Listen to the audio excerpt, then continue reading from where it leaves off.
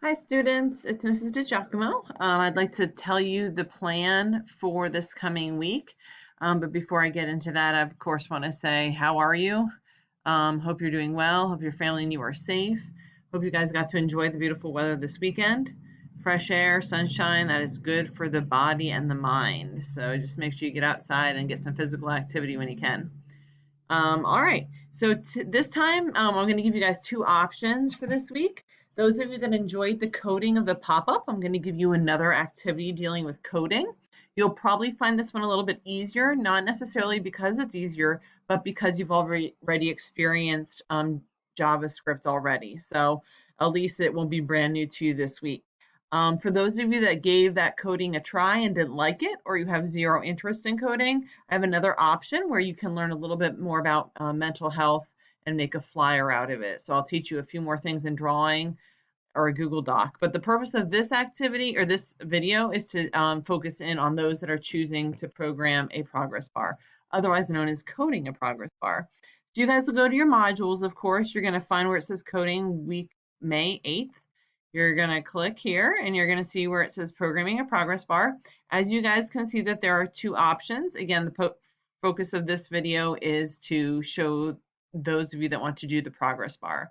All right, so I'm going to click on the link that's going to take us to the slides that kind of break down what we should be doing.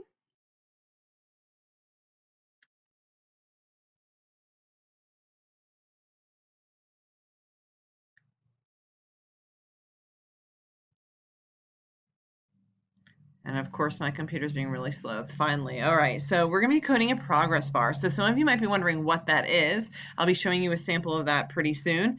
Keep in mind, I highly recommend this activity for students that already successfully did the previous week, which is coding a pop-up message.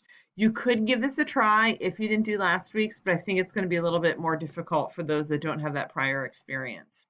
All right, so what exactly are we going to be doing? Well, last week you guys used a Google Doc. This week we're going to be using Google Slides. Again, the content, there won't be any. So basically your slides will be completely blank, but you're going to be learning how to do this thing down here. This is what we're calling a progress bar. So I'm sure you guys have gone on different areas, or maybe you've tried to load a video to YouTube and it says progress, right? And it slowly loads. So this is showing us in a slightly different way. It's going to be using shapes, and each shape represents one of our Google Slides. So as I said here, this particular presentation has 5 slides, and since the first 4 are filled in, you can tell that this presenter is currently on their 4th slide. And then of course, when they click to slide 5, all of these will be filled in. So you guys are going to be doing the computer programming or the coding to make this a reality. Okay. Of course, we're going to be using our digital skills videos again. And it's going to be called programming a progress bar. How will you know if you're successful? Well, first of all, when you're done with your coding, you should have 5 shapes easily viewed in the bottom left. Okay. 5 shapes that are okay. And then finally that it automatically fills in for you. So as you guys click through your slides, these should automatically fill in. So a few quick reminders with coding. Again, make sure your keyboard is set up as a US keyboard. You guys can read more details of that here. Then, just like we are getting used to, we're going to go to our digital skills. If you guys aren't familiar with how to do that, you should have a bookmark called digital skills. If you do not, you can click here and that link will take you directly to that account.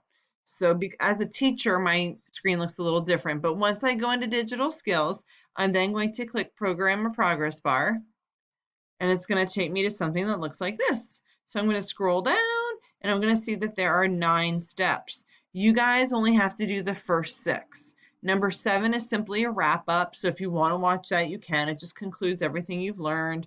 Number 8 actually asks you reflection questions. If you want to do that, you can, but again, I'm not checking it.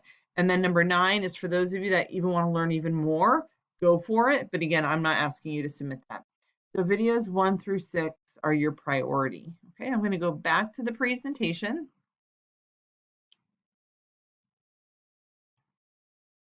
So once you guys are in digital skills, as I mentioned, your screen will sort of look like this. You can stop after video 6. This is the guy, the video dude. So I'm showing you his face just so you're sure to be in the right section. Some students are accidentally looking at the wrong videos and then obviously are really confused. What are you going to do? You're going to watch the first 6 videos. This is actually explained in there, but I just wanted to reiterate. So you guys are going to have a blank Google Slides presentation. You're going to name it, of course, put it in your computer literacy folder. And then eventually when they have you open up the tool script editor, I would like you to name it progress bar code and then your name. Okay. You're going to be learning something called loops, which is pretty cool. You might remember that from code.org. That's basically when a set of rules is repeated, but instead of you guys having to actually type it or copy and paste it each time, you can actually use a loop, and they're going to show you how to do that. All right. Again, how do you know when you're done after you're done with those 6 videos?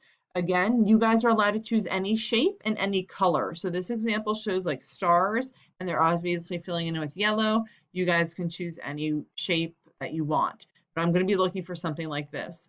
When you're done, you're then going to take a screenshot of this on the 4th slide, and then you guys can submit that screenshot in Canvas. A few quick reminders: you have to save your code. Okay, so I taught you that last time. You want to click on that button in your tool script editor. It kind of looks like the Instagram logo. I just want to remind you, choose any shape, choose any color, and then how do you submit it? Like I said before, take a screenshot of the 4th slide. I'll be making sure that your progress bar has 4 shapes filled in, and we'll be all set.